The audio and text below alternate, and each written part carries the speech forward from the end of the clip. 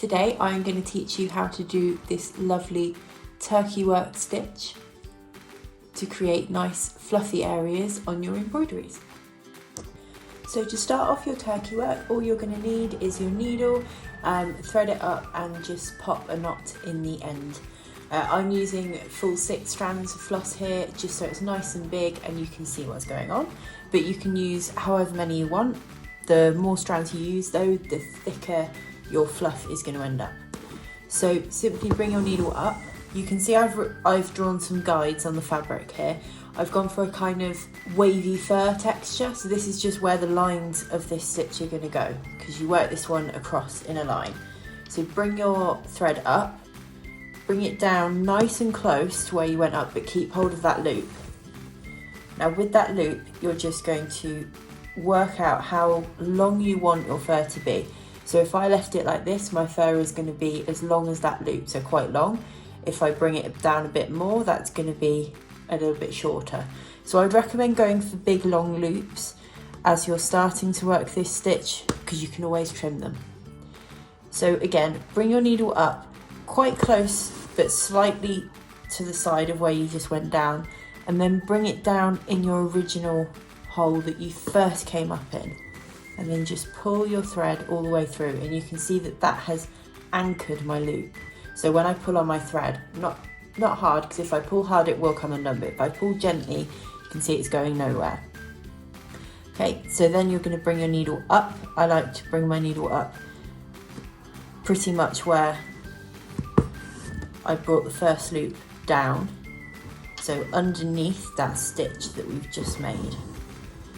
Pull that all the way up, and then you're going to come down just next to the stitch and pull your thread through and try and make your loop just about even with the last one, and then repeat what we did before. So bring the needle up slightly to the side, keeping hold of your loop, and then bring your needle down just next to that stitch.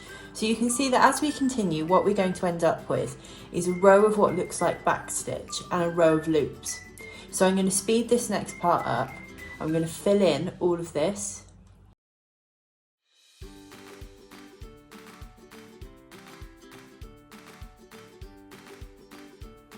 So as you start your second row here, just make sure that your loops are facing in the same direction as the first row. You can see that mine, because I held them up this way as I was working, have been pushed to the top of my piece.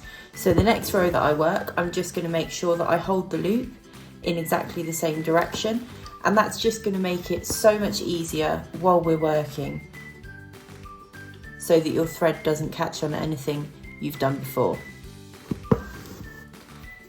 If you have access to an embroidery stand, then I would definitely recommend getting that one out for this stitch, because it is so much easier when you've got 2 hands free to work with. But if you don't have an embroidery stand, it is perfectly possible to do this stitch without one.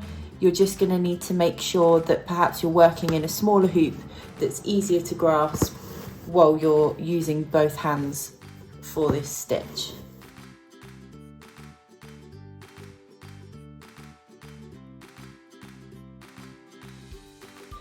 Okay, so you can see I've finished doing my stitching now, and I've got these rows and rows of loops, and they're all facing this way.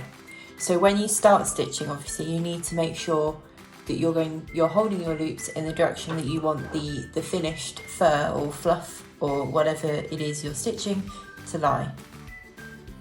And you're going to simply take a pair of scissors and snip each one of those loops. Don't worry about making sure that you're snipping them absolutely in the centre of the loop, because we're going to come back and trim this. But just make sure that all of your loops have been snipped.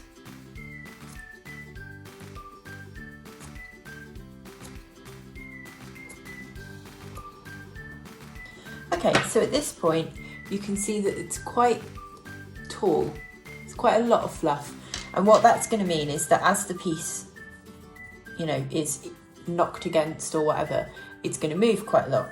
So what you can either do is, if you want a really long fluffy texture, then you can just leave it like this, and you can just use your fingers to sort of comb it into place. But if you want to trim it, then just push it back the opposite way to the way that it wants to go. Just like that. Just bring it all back into, so that it's all standing up a bit straighter. And then just get your scissors and go along and just trim it down a bit.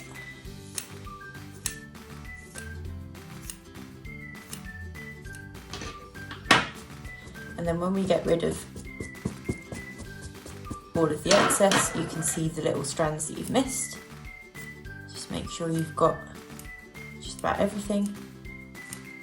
But try not to be too perfectionist about this, because it's really hard to get them all exactly the same length.